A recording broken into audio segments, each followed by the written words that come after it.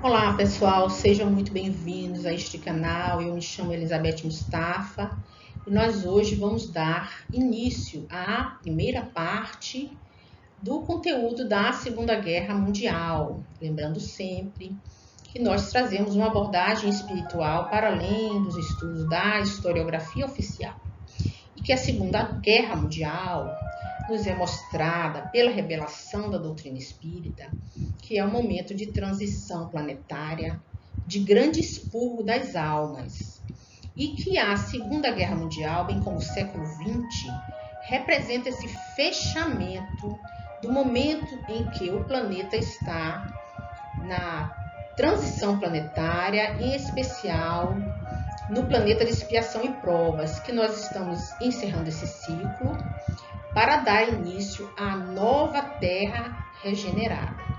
Então, é um momento de saneamento das almas do planeta, aquelas almas que não estão em sintonia dessa nova ordem de amor e harmonia irão se retirar do planeta, como é feita essa abordagem lá no livro A Caminho da Luz de Emmanuel, na psicografia de Chico Xavier.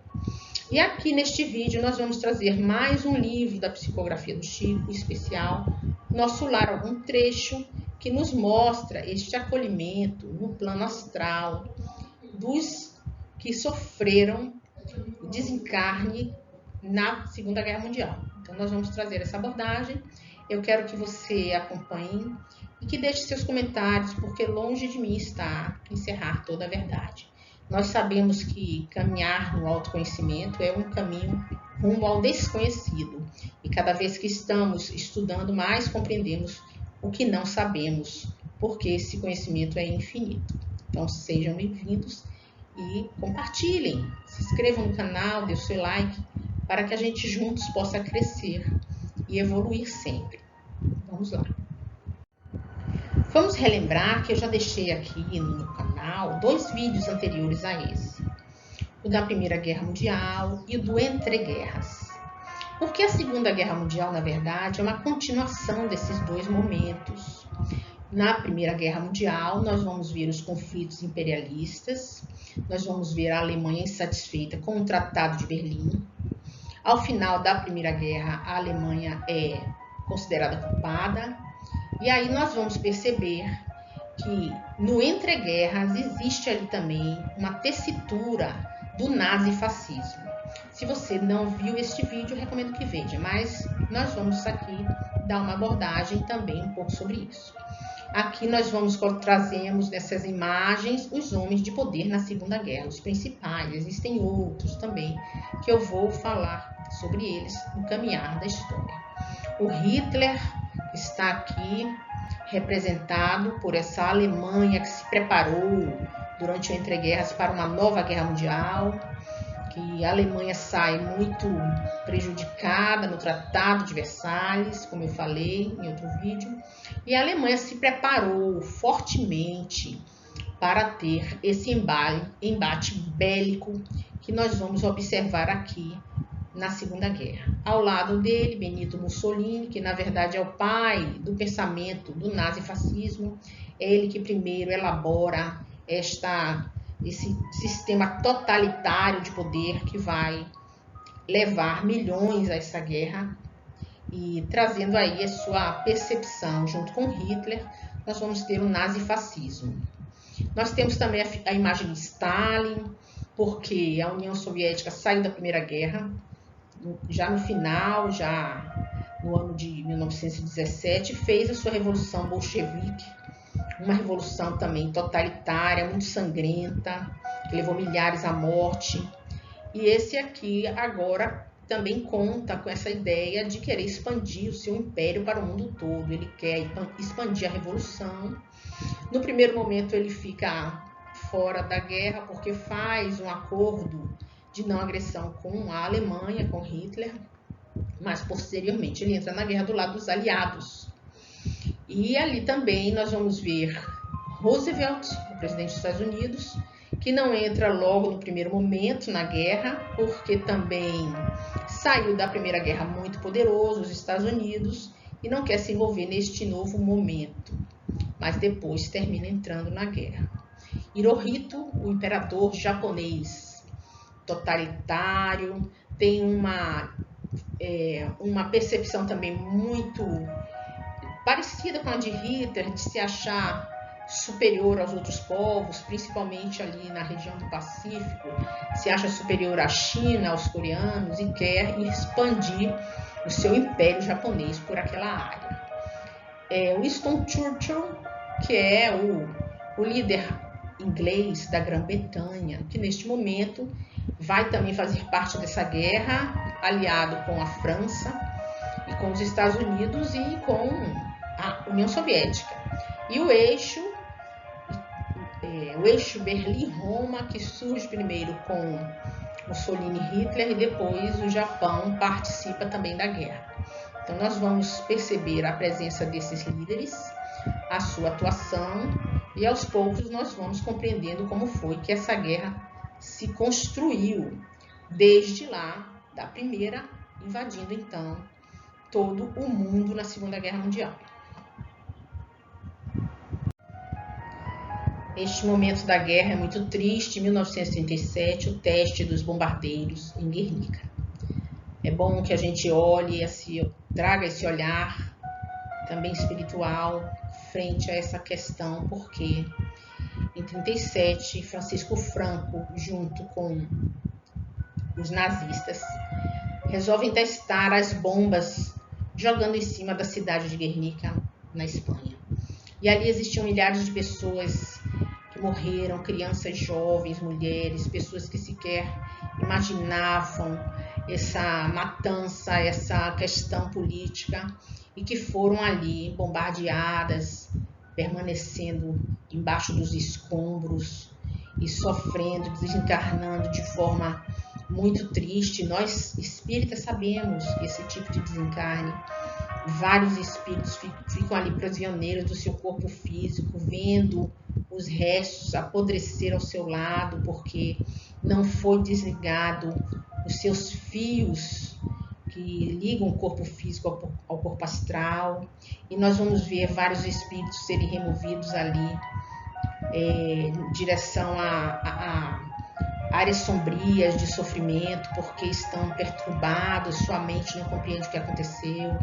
Muitos ficam dormindo décadas, muitos ficam ali presos aos ferros, ainda morrendo, sem saber o que aconteceu. E aí inspirou Picasso a essa obra célebre, que se chama também Guernica, tal qual a cidade.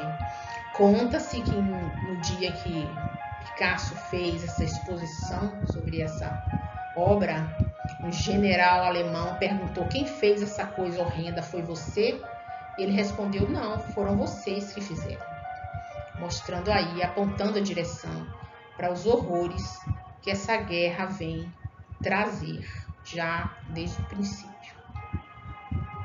Então vamos relembrar um pouco o Tratado de Versalhes, porque o Tratado de Versalhes foi o tratado no final da Primeira Guerra Mundial para promover a paz.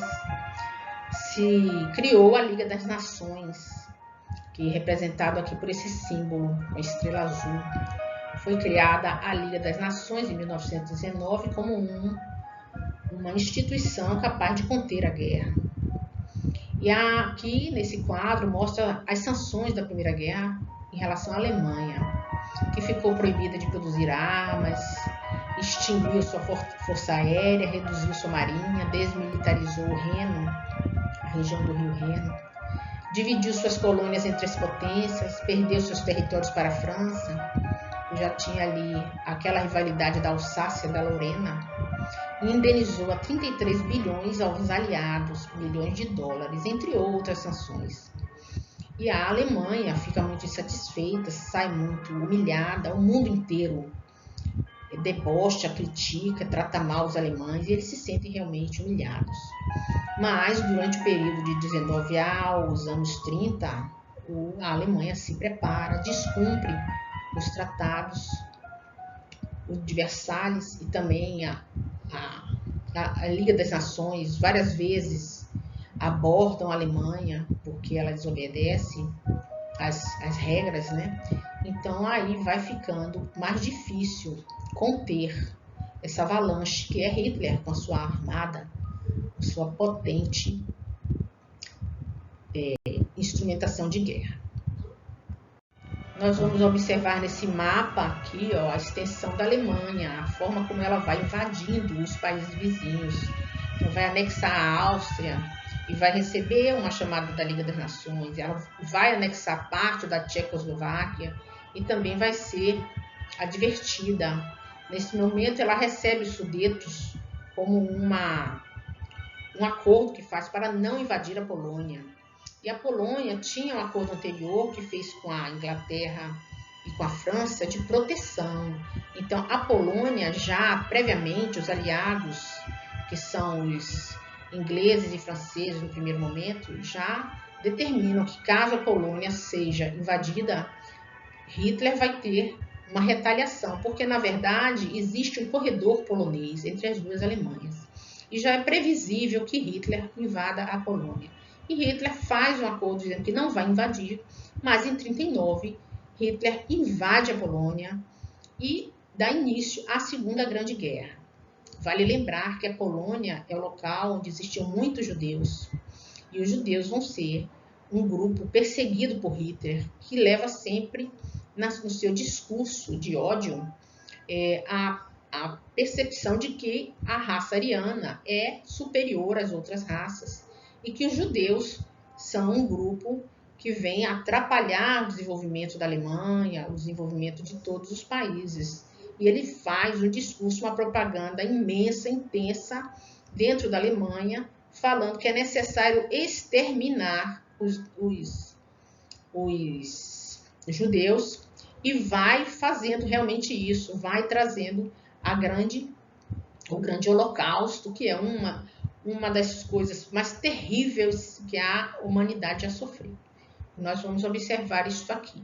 Aqui ao lado, a indústria bélica que Hitler monta na Alemanha e vai fazendo com que ele se torne um dos mais aparelhados de forças da morte para a guerra. Ele elabora os tanques de guerra que estão cada dia mais sofisticados, a sua aeronáutica fortalecida, a sua marinha muito fortalecida, o exército, ele cria praticamente um exército, gerações e gerações, fazendo com que esse exército seja muito forte e muito ligado ao totalitarismo alemão, que é esse sistema que determina que o Estado é que vai dizer como as pessoas vão viver. E aqui na Alemanha eles estão num momento de muito sofrimento. Após a Primeira Guerra, entraram num processo de crise econômica e social muito grande, e Hitler veio para dar a solução a essas pessoas e levantar a moral já perdida, né, na Primeira Guerra Mundial. Então, a população toda embarca mesmo nessa teoria de Hitler, vai perseguir também os judeus, e o medo é a tônica que Hitler usa para convencer a todos neste momento da história. Este momento agora do Holocausto, que deixou mais de 5 milhões de vítimas. As pessoas eram retiradas de suas casas, levadas para campos de concentração. Muitos eram vitimados porque os vizinhos, com medo da guerra, munidos daquele terror que Hitler plantou nas suas mentes, apontam o dedo para as pessoas, mostrando o local onde os judeus se escondiam. E aí eles vão sendo retirados, crianças, famílias inteiras, para os campos de concentração. Muitos deles foram massacrados e mortos nas câmeras de gás que existia na Alemanha e também na Europa, na França, na Itália, em outros locais de toda a Europa que participou dessa guerra. E aqui nós vemos as pessoas mortas, os homens magérrimos, escravizados, que trabalhavam nessa indústria bélica alemã. E nós temos muitos filmes que mostram essa realidade. Um dos que eu gosto muito é aquele filme antigo, A Lista de Schindler, que mostra essa realidade, como muitos foram retirados, não é, por um empresário lá na Alemanha, o Schindler. E aqui uma fotografia da cidade de Nosso Lar acolhendo os judeus no momento do filme do Nosso Lar. Essas fotos são do filme, e aí a gente vai vendo aqui o acolhimento aos judeus, aquelas pessoas que morreram na guerra, no livro do Nosso Lar. Também foi feito um filme, e nós estamos aguardando, inclusive, o filme Nosso Lar 2, com muita alegria. A imbatível estratégia de guerra alemã, a Blitzkrieg, acima ali mostrando os tanques de guerra, os aviões atacando ao mesmo tempo, era um ataque surpresa que vinha por terra, por ar e por mar, muitas vezes ali na costa, atacando e destruindo tudo que vinha pela frente, tocando terror, com uma ferocidade, e tudo que estava na frente era destruído, as cidades, as pessoas, seja lá que forem, estiverem na frente, soldados ou não, pessoas civis, mulheres, crianças, era tudo destruído com uma máquina de guerra invencível de Hitler. Então ele começa a sua guerra dessa forma, ele vai invadindo os locais e não quer saber o que vem pela frente. E conta com uma tecnologia de comunicação que eles inventaram, que se chama Enigma. Essa máquina que está aí, que passa as mensagens de forma cifrada e ninguém é capaz de compreender como é que ele consegue falar com os seus grupos que estão em batalha. Mas posteriormente vai ser desvendada pelos ingleses, que vão criar um jogo chamado Batalha Naval e observar as mensagens comparando neste jogo o que está ali retratado de forma contínua, vendo ali os padrões do ataque. Então eles terminam decifrando o enigma, mas isso demora muito. E os U-boats também, que são submarinos de guerra, que atacam os navios no Atlântico. A Batalha do Atlântico foi muito forte. Nós vemos na Batalha do Atlântico a atuação desses boats com muita força, porque eles atacam por baixo os navios e destroem sem passar pelo radar, porque o radar sonar dos navios que estão ali ainda não tem o poder de conhecer. Somente lá na frente é que o radar vai detectar os U-boats. Aqui é a ocupação da França pelos nazistas. A França é ocupada pelo sul, com a ocupação da Blitzkrieg, de uma forma violenta, agressiva, e a França termina por ceder o espaço para Hitler. E fica dividida, uma zona ocupada e uma zona livre. Nessa zona livre, Philippe Pétain, que é um dos líderes aqui da França, né, que está nesse momento no governo francês, ele deixa que Hitler entre na França de uma forma a não deixar que a França se destrua totalmente, porque a França nesse momento não tem condição nenhuma de caminhar com a guerra. A França não está preparada, não tem força bélica, e aqui nós vamos ver também a resistência se formando. Essa imagem muito marcante dessa moça segurando as armas, mostrando que existe ali um movimento de França livre que luta desde o princípio contra a invasão nazista, mas que sofre muito porque a França fica ocupada por 4 anos. As pessoas entram na França, os jovens entram na França, muito felizes, parece que estão em um momento de turismo, ocupam a França, visitam as áreas de lazer, teatro francês, que foi construída desde a Belle Époque, né, os cabarés, aqueles locais em que os jovens alemães se sentem felizes porque nunca saíram lá da Alemanha e agora participam da França como se estivessem em uma festa, mas sempre tratando os franceses de uma forma inferior, maltratando. Muitos deles se casam, têm relacionamento com as francesas, têm filhos com as francesas, porque durante esses 4 anos de invasão nazista, muita coisa vai mudando. A França vai ficando decadente, a fome vai se alastrando, porque quando os nazistas ocupam um local, eles se apropriam de tudo que tem, os alimentos, os locais de moradia, e vão deixando as populações em estado de miséria muito grande. E Philippe Pétain vai deixando, se tornando então um fantoche, um boneco nas mãos de Hitler. E aí Charles de Gaulle, que é esse senhor que está do outro lado, começa uma resistência desse movimento França Livre e começa a mostrar para o mundo o que acontece na França, não é? No rádio, nos jornais, e aí vai desenvolvendo ali uma resistência muito forte que, ao final, com o auxílio dos aliados, vai romper com essa ocupação. Mas vai ser muito difícil para a França, e ao final as mulheres que se envolveram com os alemães vão sofrer retaliação, a cabeça vai ser raspada, vão sofrer no meio da rua. Os franceses que não concordavam com a ocupação vão tratar essas mulheres de forma muito horrorosa, horrenda, elas vão ser linchadas na rua, vai ser uma coisa muito triste.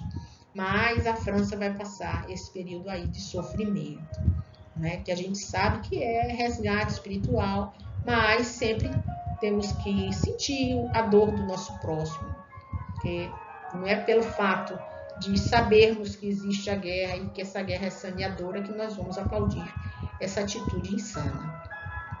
Aqui nós vamos ver a Operação Dínamo, que foi a retirada de soldados em Dunkerque, numa cidade francesa, em 1940. Essa retirada desses soldados foi uma estratégia militar muito elaborada, muito difícil, dificílima, e que a gente considera quase um milagre, mais de 400 mil soldados serem retirados em meio a bombardeios dos aviões alemães. E eles foram acuados pelo exército alemão, e parece um milagre deles terem conseguido sair das praias, ali através da praia, pegando navios. Muitos navios de alto porte não conseguiam atracar, chegar ao litoral, então eles tinham que pegar pequenos botes e entrar nos navios, que era muito difícil, porque era muita gente. E os bombardeiros alemães atuando ali. A sorte é que os tanques de guerra que vinham na direção de Dunkerque foram impedidos de atravessar de alguma maneira, não se sabe como, mas não chegaram ao litoral. E aí conseguiram sair, fugir da França, porque ia ser uma mortandade, apesar de que, mesmo saindo, com essa dificuldade toda, muitos morreram. Muitos navios foram bombardeados. Teve um momento em que eles enfileiraram os caminhões por dentro do mar para passar rapidamente até os grandes navios, para poder se conter enquanto a batalha aérea acontecia entre os aliados e os nazistas. Foi muito difícil, mas a gente tem que deixar registrado aqui esse momento heróico dos aliados, porque essa resistência foi muito importante para posteriormente vencermos o Ocidente, vencer a guerra. Vamos destacar aqui o papel importante de Winston Churchill nessa guerra, porque ele não desistiu, ele não entregou a Inglaterra. Muitas pessoas pensavam que ele ia entregar depois da retirada dos soldados em Dunkerque, que ele ia se render, mas ele não se rendeu, ao contrário, continuou atacando, bombardeando a Alemanha, bombardeando todas as áreas que os nazistas entravam. E Churchill foi até Roosevelt pedir empréstimo, pedir para que ele entrasse na guerra, mas os Estados Unidos ainda estava muito resistente, não quis entrar. Apesar disso, apoiou Churchill e financiou a guerra, auxiliando, prestando empréstimos a perder de vista a longo prazo. E se não fosse isso, seria muito difícil para a Inglaterra, Grã-Bretanha na época, inclusive para nós ocidentais, porque se Churchill não tivesse resistido, a Alemanha com certeza teria invadido o mundo inteiro nesta guerra insana. Apesar dos Estados Unidos não quererem entrar na guerra, porque já travava, na verdade, uma guerra imperialista no Pacífico com o Japão. O Japão, na sua luta de anexar a China e toda a área do Pacífico, as ilhas do Pacífico, lutava já constantemente com os Estados Unidos anteriormente a esta guerra. Mas, em 1941, o Japão atacou a ilha do Havaí e a base naval de Pearl Harbor, nos Estados Unidos. Nós temos muitos filmes sobre isso na versão americana, muito interessante assistir. E aqui nós vamos retratar aqui os bombardeiros japoneses que em muitas batalhas frente aos caças americanos foram massacrados. Na batalha de Pearl Harbor foi uma surpresa e ali foi destruída verdadeiramente aquela base naval. Mas posteriormente os Estados Unidos entram em guerra e vão na batalha do Pacífico destruir toda a aviação dos japoneses. E os japoneses, que não tinham nenhuma possibilidade de rendição, porque era uma condição sine qua non que o imperador dava aos seus soldados. Ninguém se rende, ninguém se entrega. Então, os japoneses, no momento em que se viram perdendo a sua armada, perdendo a guerra, eles começaram a se jogar com avião e tudo em cima dos navios americanos. E aí nós vamos conhecer os kamikazes, que são esses pilotos enlouquecidos se jogando em cima dos seus alvos e destruindo tudo que vinha pela frente. Porque eles não queriam que os americanos invadissem o Japão. Então, todo esse período ali de guerra no Pacífico, nós vamos observar isto. Porque, caso eles voltassem para o Japão, teriam que praticar o harakiri, que é uma maneira de morrer com honra. O imperador jamais aceitaria a rendição desses japoneses.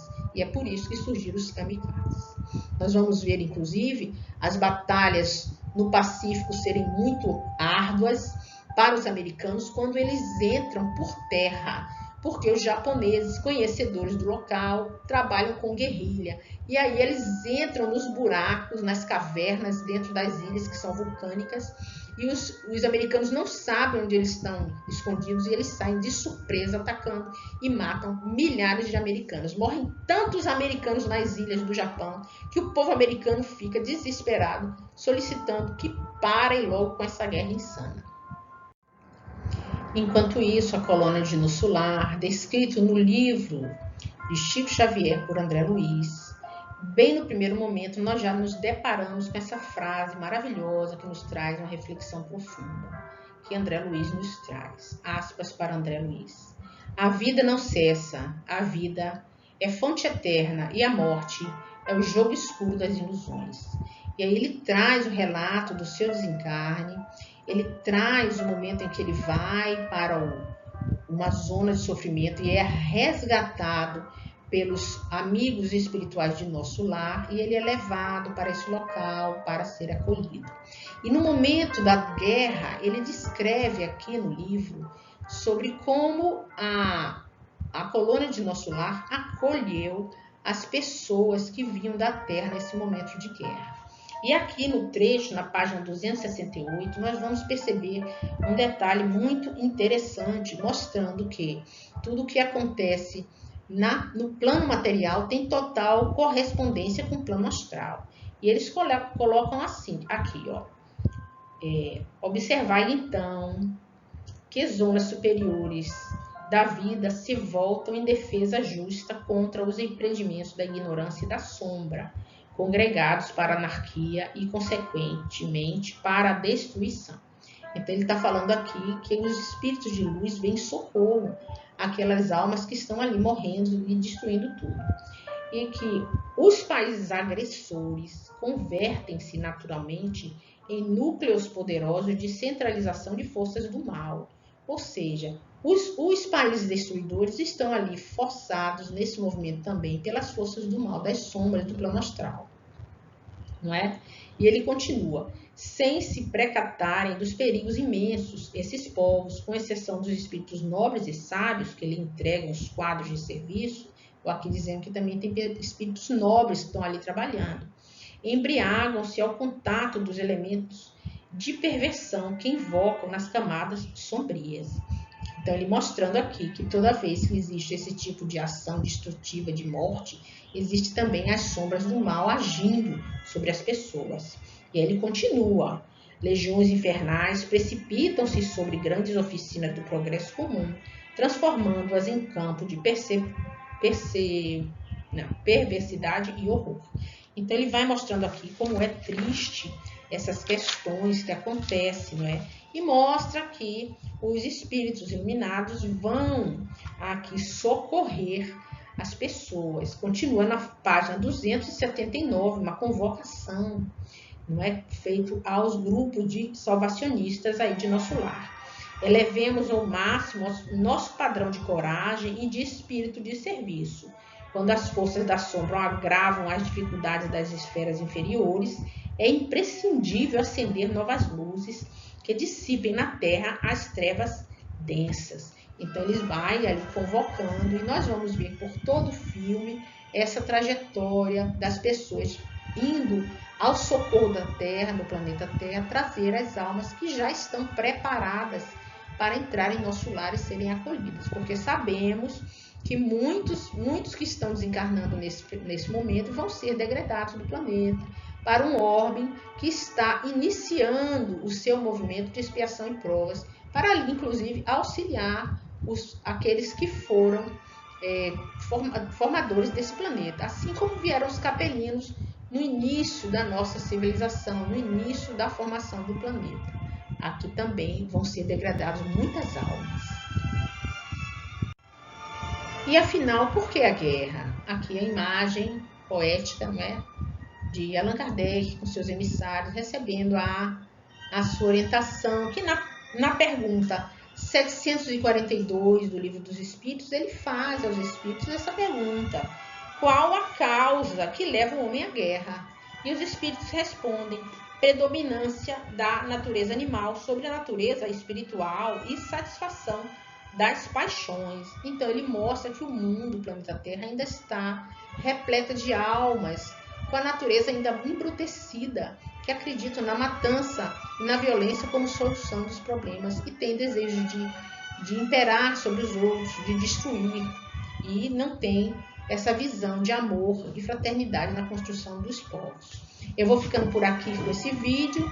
Se você gostou do vídeo, curte, compartilha, deixa seu like e se inscreve no canal. E no próximo vídeo nós vamos dar continuidade à história da guerra, já partindo dos momentos de resistência e de solução da Segunda Guerra Mundial. Eu te espero lá no outro vídeo e muito obrigada.